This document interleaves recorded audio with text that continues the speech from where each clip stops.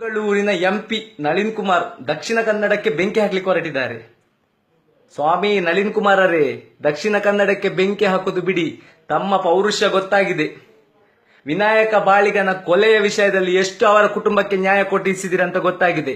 ಪಾಪದ ಫ್ಯಾಮಿಲಿ, ಬಡವರು ನ್ಯಾಯ ಕೊಡಿಸಿದಿರಿ.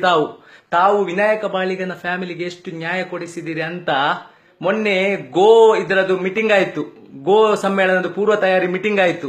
ಅದರಲ್ಲಿ ತಾವು ವಿನಾಯಕ ಬಾಳಿಗನ ಫ್ಯಾಮಿಲಿಗೆ ಕೊಟ್ಟ ನ್ಯಾಯ ಯಾರ ಜೊತೆ ಬಂದ್ರಿ ಆಗ್ಲೇ ನಾನು ತಿಳ್ಕೊಂಡೆ ಎಷ್ಟು ನ್ಯಾಯ ಕೊಡಿಸಿದಿರಂತ. ಈಗ ದಕ್ಷಿಣ ಕನ್ನಡಕ್ಕೆ ಬೆಂಕಿ ಹಾಕಲು ಹೊರಟಿದ್ದೀರಿ ಅಲ್ವೇ?